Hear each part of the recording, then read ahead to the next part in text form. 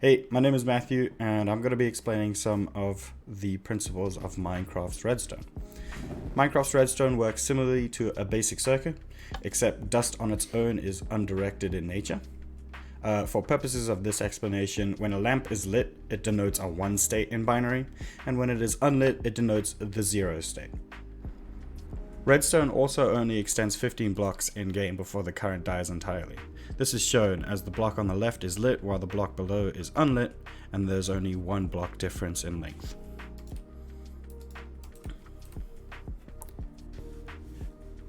A basic item that will give off a redstone current is the Redstone Torch, which has some interesting properties when acted upon by a circuit, where it can act like a switch.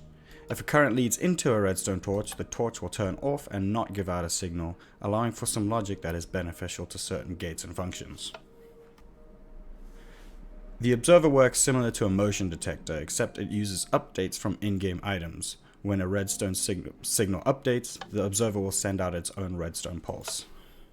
As stated before, redstone signals only extend out 15 blocks. This problem is fixed through the use of repeaters, which will extend the signal another 15 blocks, essentially allowing for infinite length of a circuit.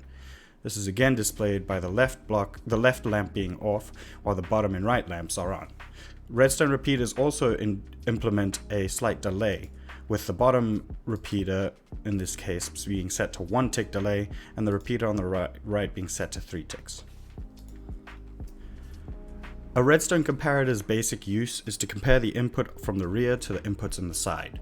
If the inputs on the side are greater than the input from the rear, then no output will be given. However, in our case, we will only use the comparator to output the same power as the rear input. This can be used to make a pulse extender. A pulse extender will take an input pulse of any length and extend the time it takes for the pulse to turn off. We made a pulse extender using 2 comparators placed side by side, parallel in opposite directions, with 2 bits of redstone connecting the rears to the outputs of the opposite comparator. The circuit takes the input pulse and maintains it until the output power of the comparator drops from the input pulse power to 0. The D flip-flop is a rising edge clock. In other words, it will save the current input only when rising from the low edge. The left lever controls the edge. If the top repeater is lit, then the clock is on the lower edge, and if the bottom repeater is lit, then the clock is on the rising edge. The input, on the right, is only saved when the edge changes from unpowered to powered. As you can see, when the edge lowers again, the output stays the same despite the input changing while on a higher edge.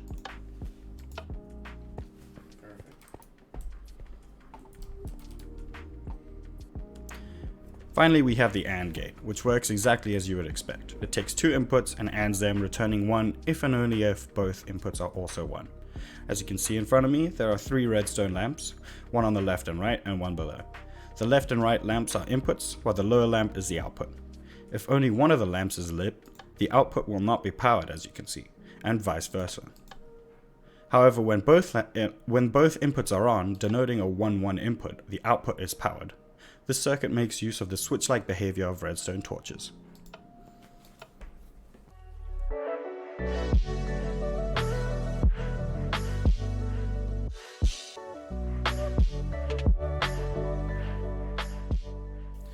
Hey guys, this is Dakota here, and I'm going to explain to you the actual logic behind our NFA. So as you might already know, an NFA stands for non-deterministic finite state automata, or NFA for short.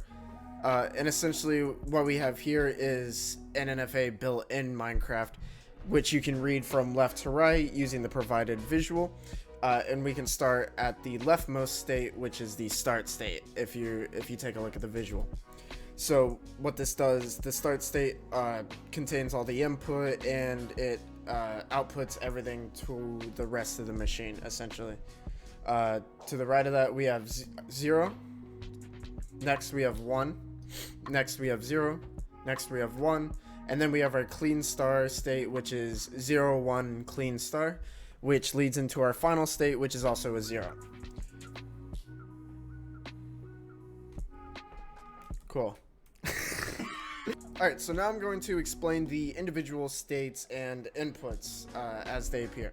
So here we have the input 0 and 1. As you can see, 0 on the left, 1 is on the right, and these would work when we hit the button. This would cause a 0 input, and if we hit this button, that would cause a 1 input.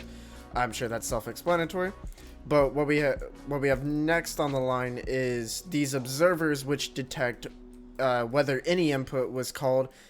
This leads into a pulse extender, which we explained before, which goes down all the way down here and connects to each of the rising edge clocks, or the D flip-flops. And what it'll do is that'll cause the clocks to rise, allowing for the input to work, essentially. So along this right side here, you can see we have our 0 line goes down the left all the way down to the final state, and the 1 line goes all the way down to there because it's unneeded past that point. Alright, so I'm going to explain this state in detail, and because the rest of the states work essentially the same, I won't have to explain each individual one too much. So this is the first, the second state, which is the 0 state. And what we have here is our 0 input leads into our D flip-flopper. And as I said before, the clock will rise whenever this input comes in, causing this to stay lit and put an output to this AND gate that we can see.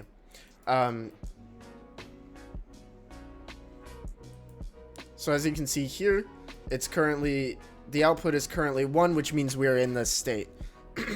And this is how we hold the states for the NFA to keep that property. So what happens next is if we were to hit 1, this would actually come across here and with that. And what this AND gate checks for is that we're currently in this state, and because it checks for a 1, that means it's trying to move to the next state. So if we're in the 0 state right now and the next input is a 1, we can see that allows it through, because both would be 1 in that case. And now we're in this state and we're not in the 0 state anymore because the input was 1, and obviously it doesn't loop back onto itself. Now that being said, the rest of these work exactly the same. Obviously this AND gate takes in the input from, or takes in the output from the D flip-flop for the 1 state. So it's just checking to make sure we're in the previous state for this next state, and it takes in a 0 input. So this is the next 0 state. As you can see here, we're actually in the 2nd and 4th state, which is both of the 0s. And if we hit 1 again, you can see down here that we're in the 3rd and 5th state. And you might have seen this out of the corner of your eye, but this is called a piston. And what that does is, as you can see, here's an extended version and here's a retracted version of the piston. And what this does is this piston will push this redstone block, is what it's called. This works essentially as a redstone torch. So it outputs a redstone signal to this line that's essentially waiting for it. Now this redstone block will work pretty much exactly like we want the clean star to work. So once we hit this state, because we have an epsilon transition, we come into this state pretty much automatically, and we're now in this state essentially permanently because of the fact our language is 0, 1, which are only 2 inputs. So as you can see here, because we're in this clean star state essentially permanently, we could have any arbitrary input and this piston would, or that redstone block would stay there, which means we would stay in the state, and then we would transition to the final state if a 0 input is clicked.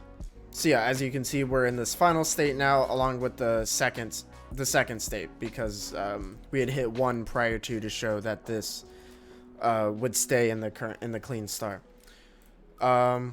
Yeah, so I think that's the bulk of it. If you guys have any Minecraft specific questions related to the logic of this, oh, actually, one more thing, and it's unimportant to the logic of all this, is the reset switch, and it essentially just works to send a pulse to all the clocks, and it'll reset all of the clocks to a off state, a false state.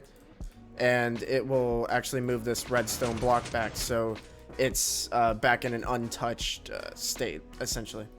So yeah, if you guys have any questions about Minecraft specifically, you could direct them to Matt or I. And if you have any other general questions, I'm sure the rest of the group could answer them. That's it from us. Have a great day.